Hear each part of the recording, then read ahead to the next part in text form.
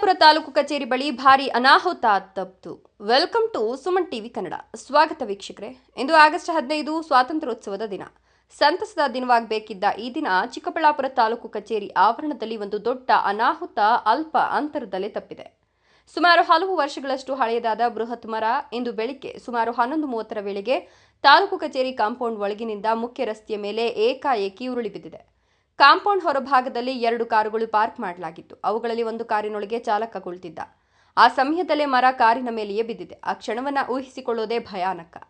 ಅದೃಷ್ಟವಶಾತ್ ಮರದ ಸುತ್ತಲಿದ್ದ ಕೇಬಲ್ ವೈರ್ಗಳು ಹಾಗೂ ಕಂಬಗಳು ಮರವನ್ನ ಸಂಪೂರ್ಣವಾಗಿ ಕೆಳಗೆ ಬೀಳದಂತೆ ತಡೆದ ಕಾರಣ ಕಾರಿನೊಳಗಿದ್ದ ಚಾಲಕ ಪ್ರಾಣಾಪಾಯದಿಂದ ಪಾರಾಗಿದ್ದಾನೆ. ಭಯದಿಂದ ಕಾರಿನೊಳಗೆ ಮಲಗಿದ್ದ ಚಾಲಕನನ್ನ ಸ್ಥಳೀಯರು ಸಮಾಧಾನ ಪಡಿಸಿದ್ರು. ಇನ್ನೊಂದು ಸಮಾಧಾನದ ವಿಷಯ ಅಂದ್ರೆ ವಿದ್ಯುತ್ ಕಂಬಗಳು ನೆಲಕ್ಕುರುಳಿಲ್ಲ. ವಿದ್ಯುತ್ ತಂತಿಗಳು ತುಂಡಾಗಿದ್ರೆ ಪರಿಸ್ಥಿತಿ ಮತ್ತಷ್ಟು ಭೀಕರವಾಗುವ ಸಾಧ್ಯತೆ ಇತ್ತು ಎಂದು ಸರ್ಕಾರಿ ರಜೆಯ ಕಾರಣ ತಾಲೂಕು ಕಚೇರಿಯಲ್ಲಿ ಜನರ ಸಂಚಾರ ಕಡಿಮೆ ಇತ್ತು. ಸಾಮಾನ್ಯ ಕೆಲಸದ ದಿನವಾಗಿದ್ರೆ ನೂರಾರು ಜನರು ಇದೇ ರಸ್ತೆಯಲ್ಲಿ ಓಡಾಡ್ತಿದ್ರು. ಆಗ ಎಷ್ಟೊಂದು ದೊಡ್ಡ ದುರಂತ ಸಂಭವಿಸಬಹುದಿತ್ತು ಎಂಬ ಪ್ರಶ್ನೆ ಈಗ ಎಲ್ಲರನ್ನೂ ಕಾಡ್ತಿದೆ. ನಾನು ಕಾರಲ್ಲಿ ಕೂತ್ಕೊಂಡಿದ್ದೆ. ನಮ್ಮ ಬಾಮೈದ್ನು ನಮ್ಮ ತಂಗಿ ದೇವಸ್ಥಾನಕ್ಕೆ ಹೋಗಿದ್ರು, ಜಾಲಾರ್ ನರಸಿಂಹಸ್ವಾಮಿ ಬೆಟ್ಟಕ್ಕೆ. ಅವರು ಬರೋದಕ್ಕಾಗಿ ವೆಯ್ಟಿಂಗ್ ಮಾಡ್ತಾ ಇದ್ದೆ. ಒಂದು 20 ನಿಮಿಷ ಮೊದಲಿಂದ ನಾನು ಕಾರಾಗೆ ಕೂತ್ಕೊಂಡಿದ್ದೀನಿ. ಕೂತ್ಕೊಂಡಿದ್ದೆ. ಅದು ಒಂದು 2 ಏಟು ಹೊಡೆದಂಗೆ ಸೌಂಡು ಬಂತು ಆ ಕಡೆ ಬಿಡ್ತಾವ. ನಾನು ಏನು ಅಂತೇಳಿ ಬುಡ ನಿಕ ಮಾಡಿದ್ರೆ ಅದು ಮೇಲೆ ಬಂದಂಗೆ ಬರ್ತಾಯಿತ್ತು ಬಲಗಡೆ. ನಾನು ಡ್ರೈವಿಂಗ್ ಇದು ಡೋರನ್ನು ಓಪನ್ ಮಾಡೋಕ್ಕೆ ಭಯ ಆಯ್ತು ನನಗೆ. ಯಾಕಂದರೆ ಆ ಬಲಗಡೆನೇ ಬರ್ತಾಯಿತ್ತಲ್ಲ, ಹಂಗಾಗಿ ನಾನು ಡೋರ್ ಓಪನ್ ಮಾಡೋಕ್ಕಾಗಿಲ್ಲ.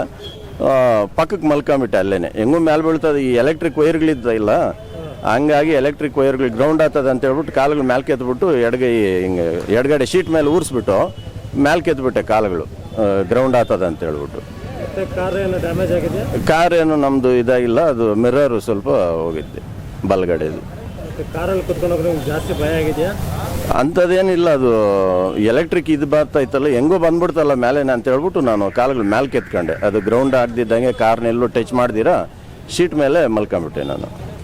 ಈ ಘಟನೆ ನಮಗೆ ಒಂದು ಎಚ್ಚರಿಕೆಯ ಸಂದೇಶ. ಸರ್ಕಾರಿ ಕಚೇರಿಗಳು, ಶಾಲೆಗಳು ಮತ್ತು ಸಾರ್ವಜನಿಕ ಸ್ಥಳಗಳಲ್ಲಿರುವ ಹಳೆಯ ಹಾಗೂ ಅಪಾಯಕಾರಿ ಮರಗಳ ಪರಿಶೀಲನೆ ಮಾಡಿ ಅಗತ್ಯ ಕ್ರಮ ಕೈಗೊಳ್ಳುವುದು ಸಂಬಂಧಪಟ್ಟ ಅಧಿಕಾರಿಗಳ ಜವಾಬ್ದಾರಿಯಾಗಿದೆ. ಒಂದು ನಿರ್ಲಕ್ಷ್ಯ ಹಲವು ಕುಟುಂಬಗಳ ಬದುಕನ್ನೇ ಕತ್ತಲೆಯೊಳಗೆ ತಳ್ಳಬಹುದು. ಎಂದು ದೇವರ ಕೃಪೆಯಿಂದ ಒಂದು ಜೀವ ಉಳಿದಿದೆ. ಆದರೆ ಮುಂದಿನ ಬಾರಿ ಇದೇ ಅದೃಷ್ಟ ಇರಲಿದೆ ಎಂಬ ಖಾತರಿ ಯಾರಿಗೂ ಇಲ್ಲ. ಇಂತಹ ಜನಪರ ಸುದ್ದಿಗಳಿಗಾಗಿ ನಿಮ್ಮ ಸುಮನ್ ಟಿವಿ ಕನ್ನಡವನ್ನು ಸಬ್ಸ್ಕ್ರೈಬ್ ಮಾಡಿ, ವಿಡಿಯೋಗೆ ಲೈಕ್ ಮಾಡಿ ಹಾಗೂ ಶೇರ್ ಮಾಡಿ.